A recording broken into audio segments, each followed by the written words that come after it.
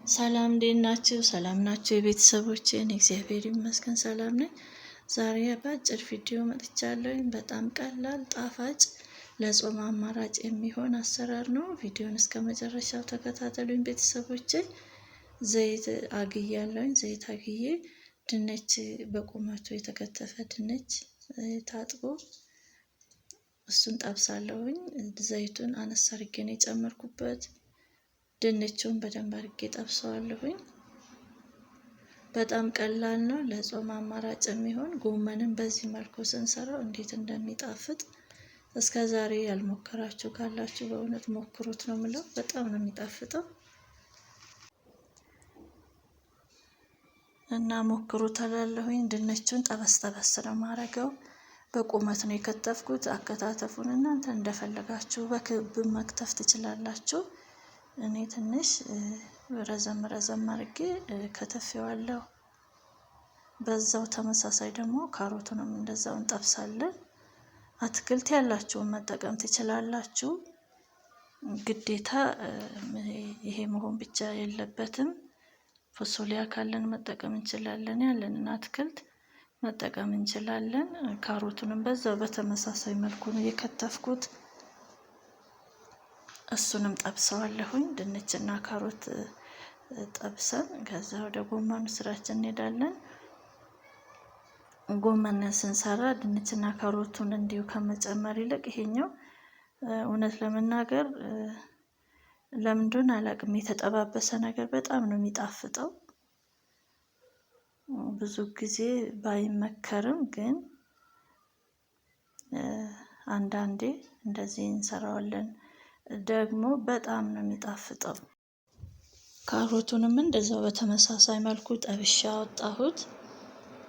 አሁን ደግሞ ታጥቦ ተቀንጥሶ የተዘጋጀ ጎመንም አለኝ አዘጋጅቻለሁኝ። ይሄ እዛው በጠበስኩት እቃ ላይ ዘይቱ ስላልበዛ ነጭ ሽንኩርት ጠበስ አድርጌያለሁ። ነጭ ሽንኩርቱን እንዳያርብን ተጠንቅቀን ከጠበስን በኋላ ከዛ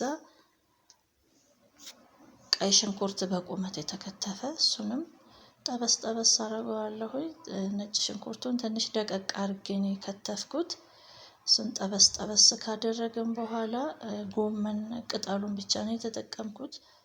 ቅጠሉን ጎመን ታጥቦ ከቀነጠስኩት በኋላ ማጠንፈፊያ ላይ አስቀምጬው የቆየ ነው። ውሃ የለውም። ከዛ ጎመኔን ጠበስ አደርጋለሁኝ።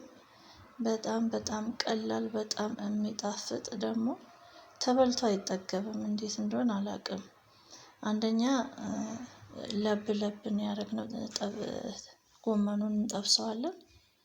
ካሮቱና ድንቹም የተጠበሰ ነው። አንድ ላይ ሲቀላቀል በጣም ነው የሚጣፍጠው። ያው ጎመን ብዙ ይመስለናል ስናየው፣ ሲጠበስ ትንሽ ነው የሚሆነው። ከዛ የጠበስነውን ካሮትና ድንች እንጨምራለን። አብረን ቀላቅለን ለትንሽ ጊዜ ደግሞ ገልበጥ እያደረግን እንጠብሰዋለን። ጎመኑ ብዙ መጠበስ የለበትም። በዚህ መልኩ እንደዚህ ቆንጆ አድርገን ጠብሰነዋል። በጣም ነው የሚጣፍጠው በእውነት። ነጭ ሽንኩርቱን መጀመሪያ ከዘይቱ ጋር ነው የጠበስኩት። ከዛ ቀይ ሽንኩርቱን ጨመርኩት። ይሄኛው ቅደም ተከተል በጣም ነው የሚያጣፍጠው። ነጭ ሽንኩርቱ ጎልቶ እንዲወጣ፣ ጣዕሙ ጎልቶ እንዲወጣ ያደርግልናል። ጣዕም ይኖረዋል። ለመልኩም እንደዚህ ቆንጆ ነው። በጾም ጊዜ አማራጭ ከሌሎች ወጦች ጋር አማራጭ የሚሆነን ፈጣን አዘገጃጀት ነው። ቃሪያችንን ክትፍ አድርገን ደግሞ እንነሰንስበታለን። ሮዝመሪ ፓውደሩ ካላችሁ ፓውደሩ፣ ከሌላችሁ ቅጠሉ ያላችሁም ለጣዕም ለሽታ እንጨምራለን። ጨው ለጣዕም እንጨምራለን። ሌላ ከፈለጋችሁ ትንሽ ኮሮሪማ ነስነስ ማድረግ ትችላላችሁ። ከሌላችሁም ነጭ ሽንኩርቱ ብቻ በቂ ነው። ሮዝመሪው ደግሞ ይበልጥ ሽታው ግንን እንዲል ያደርግልናል። ቆንጆ ነው። በጣም ቆንጆ፣ ትወዱታላችሁ። በጾም ሰዓት በእንደዚህ አይነት ፈጣን አዘገጃጀቶችን እያዘጋጀን ጤናማ የሆነ አመጋገቦችን፣ ጣፋጭ ምግቦችን መመገብ እንችላለን። ትወዱታላችሁ እናንተም። በዚህ መልኩ ሰርቼዋለሁ ማለት ነው ቤተሰቦቼ። እናንተም እንደምትወዱት ተስፋ አደርጋለሁኝ። ካልሞከራችሁት ሞክሩ እላለሁኝ። ለሚቀጥለው ቪዲዮ እስከምንገናኝ ቻው፣ ደህና ቆዩኝ።